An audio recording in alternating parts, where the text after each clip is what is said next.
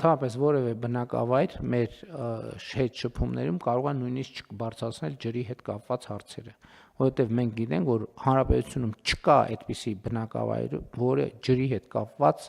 պրոբլեմ գործնականում չկա այդպիսի բնակավայր։ Ընդ որում, եթե մենք արձանագրենք ստանդարտը, ինչ նկատի ունենք, մենք նկատի ունենք, որ խմելու ջուրը եւ ոռոգման ջուրը դրանք պետք է ամբողջությամբ իրարից տարբեր բաներ լինեն։ Այսօր մենք բազմաթիվ բնակավայրերում ունենք իրավիճակ, որ ոռոգման ջրի բացակայության պատճառով մարդիկ ոռոգման նպատակով օգտագործում են խմելու ջուրը եւ սրա արդյունքում խմելու ջրի եւ կորուստները եւ անարդյունավետ եւ ծավալը նվազում է։ Եվ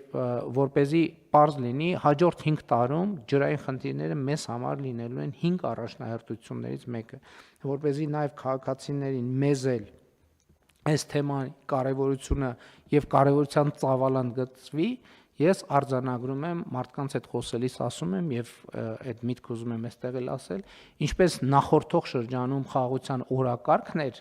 մեզ համար առաջնահերթություն, հաջորդ հնգամյակում ջրի հետ կապված հարցերը լինելու են բացարձակ առաջնահերթություն, որովհետև մեր տնտեսությունը եկել զարգացել հասել է մի կետի, առանց ջրային ոլորտում ֆունդամենտալ բարեփոխումների մենք կսկսենք արդեն տեղապտույտի վիճակում կհայտնվենք, ինչը բնականաբար եւ սոցիալական եւ տնտեսական բոլոր առումներով իհարկե անթույլատրելի է, բայց ասեմ նաեւ, որ սա սպոնտան մի բան չէ, արդեն 2 տարի կլինի, որ մենք այս որոշումը մեր մեջ ունենք եւ մենք այսպես քայլ-քայլ նախապատրաստական աշխատանքներ ենք իրականացնում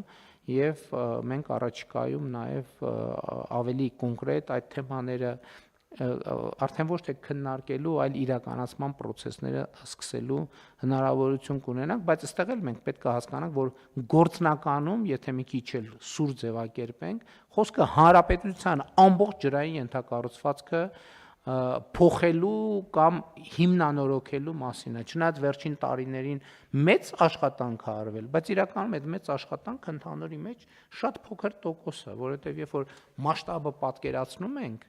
թե ինչքան չոռոգվող հողեր կան հանրապետությունում, թե ինչքան բնակավայրեր եւ բնակավայրերի մեջ բնակավայրեր կան, որ ջրի հետ կապված շատ թե քիչ տանելի վիճակ է, բայց առանձին թաղամասերում հասանելիություն չկա։ Այս համատեքստում բնականաբար նկատի է առնվում նաև ջրահեռացման համակարգերի գոյությունը։ Մենք զարմանքով ենք արձանագրում, որ Երևանում, Հայաստանի Հանրապետության մայրաքաղաքում 21-րդ դարում կան թաղամասեր ամբողջական, որ ընդհանրապես կոյուղի չունեն։ Եվ այս ամեն ինչով մենք քաղաքական մեր ռազմավարական արձանագրումն այն է, որ օգտագործումից հետո որևէ ջուր առանց մաքրման չպետք է բաց թողնվի բնություն։ Ես ասում եմ, որպեսզի մենք այս խնդրի եւ աշխատանքի ծավալը պատկերացնենք, որևէ մեկը օբյեկտիվորեն մենք չենք կարող հույս ունենալ, թե մենք 1, 2, 3, նույնիսկ 5, 6 առաջիկա տասնամյակներում մենք պետք է այդ թվում կրթական եւ սոցիալ-հոգեբանական ոլորտում աշխատենք այս թեմաների հետ, իհարկե առաջնահերթությունները կորոշենք եւ ըստ առաջնահերթությունների կշարժվենք եւ ես կարեւոր եմ համարում, որ մենք այս երկու ուղղություններով